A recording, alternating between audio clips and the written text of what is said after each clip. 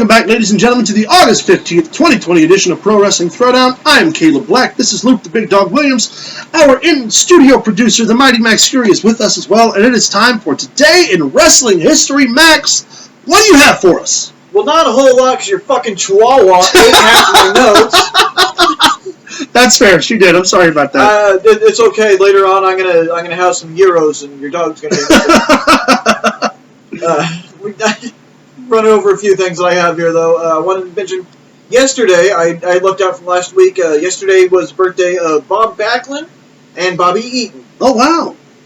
Yeah, and then, I'm going to run through these pretty quick. We've got something special coming up here. Birthdays for the week upcoming will be Kofi Kingston. Hey! Johnny Gargano. Johnny. Big Cass. Cedric Alexander. Wow, lots of birthdays. Velveteen Dream. Wrestling parents were busy this week. Byron Saxton. Walter. Trent Seven. And I can't read the rest because you're fucking dog. Well, happy birthday to all those guys. We also missed a birthday last week. Happy belated birthday, Scott D'Amore. Yes. And it was on this day, August 15th, 2004, SummerSlam.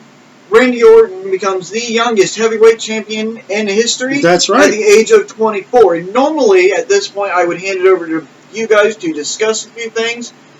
Luke brought up something very important that I agree needs to be discussed, and I'm going to hand over the reins to Luke.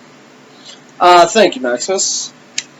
James Arthur Harris, better known by the ring name Kamala, very intricate in big men wrestling monsters in the late 80s to early 90s. Put over numerous people. The Undertaker, Hogan, big battles with Hogan. Lawler in Memphis. Memphis, yes. He did business so well that even little kids who seemed to be afraid of him, he was approachable. Mm-hmm. You know, he made himself approachable. This man, on August 9th, 2020, died due to complications from diabetes and COVID-19. Now, I'm saying this because evidently his contribution to the world of professional wrestling wasn't important enough for there to be an acknowledgement. Yes, thank you. An acknowledgement from Vince McMahon and the WWE. Or AEW. No one mentioned it.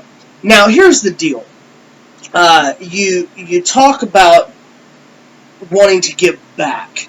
You make money off of the Hall of Fame where you're supposed to lift the past and honor the past. And you don't. As a matter of fact, a lot of people don't know this. I'm sure you probably do, Caleb. Kamala was the first person televised to slam Andre the Giant. First televised. The man was... because Harley was non-televised. Yeah. So. The man was in the top PWI 500 at 128, I think he topped out at. And yet, couldn't get a mention or a nod. A 10-bell salute. Anything. Traditional. Anything. Couldn't get anything. And the part that really upsets me the most is that this man literally gave his legs for professional wrestling. And now that he's gone, you're going to induct him into the Hall of Fame, and you're going to make money off of him. Where the fuck were you when this man needed his medical bills paid? Yeah.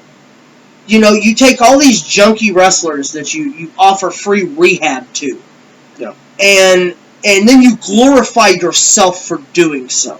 You take people like Jeff Hardy and you put them on TV, and you make them relive their worst moments.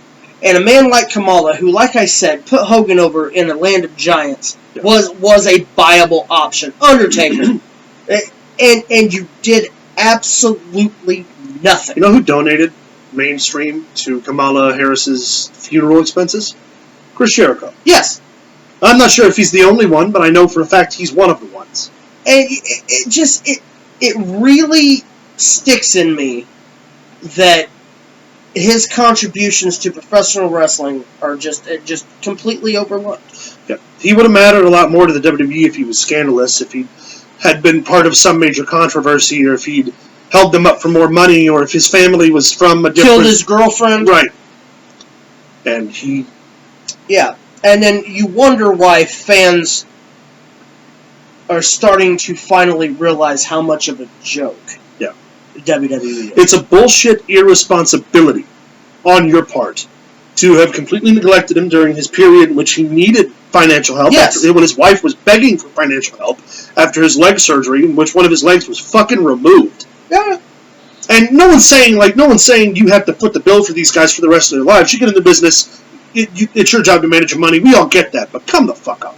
Well, if he would have had 2 working legs, he would have been under a Legends contract, and they'd have exploited the shit out of him for the rest of his career. Yep. The man was in a wheelchair, gave his legs to the business, was financially downtrodden, had nothing. Yep.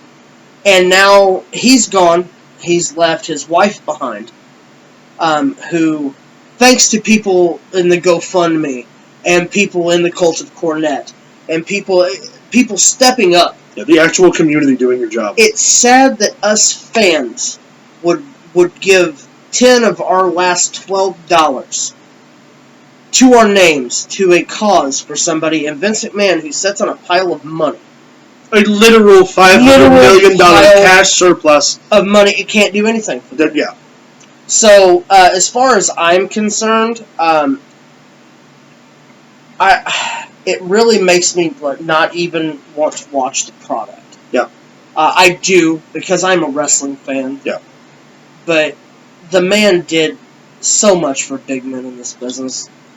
And like I said, literally gave his legs. And what does he get in return? Among all of the other things that Vince McMahon can go fuck himself for, this is on the list. Yes. And it's high on the list. Yeah. Shame on you, Vince. I thought some of the things he did in the past year were bad. Yeah. Don't even come This one close. pales in pretty fucking high comparison. Anyway, us here at Pro Wrestling Throwdown would like to send our condolences to James Harris's family. Yep. Rest in peace, big man. Yeah, rest in peace. I hate to see it go down like that. It's ridiculous. What did you guys think about the wrestling news, the wrestling history today? Happy birthday to all upcoming birthdays. Yep. Everyone had a good week. Want to end this on a positive note? Yeah. Johnny Swinger. Send us an email down at prowrestlingthrowdown@gmail.com. Find us Stars of the week, Randy Orton. That's right. Find us on Facebook.com/ProWrestlingThrowdown. Like and subscribe down below. And stay tuned, because we've got a special gift or a special conversational piece coming up for all of the Cult of Cornette fans who helped us reach almost to our goal of 100 subscribers. Almost and that's there. coming up next.